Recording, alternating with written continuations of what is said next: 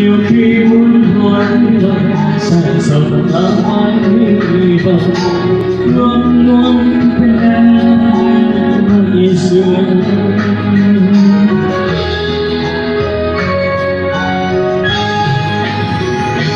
Vì anh vẫn mỗi ngày anh thì không nhớ anh cứ trôi hoài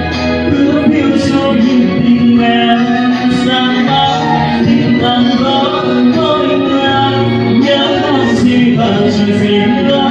thế nhưng sao vẫn không thể quên được người yêu vẫn bao lại dần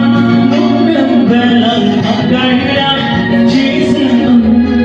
luôn đơn côi và luôn mang khói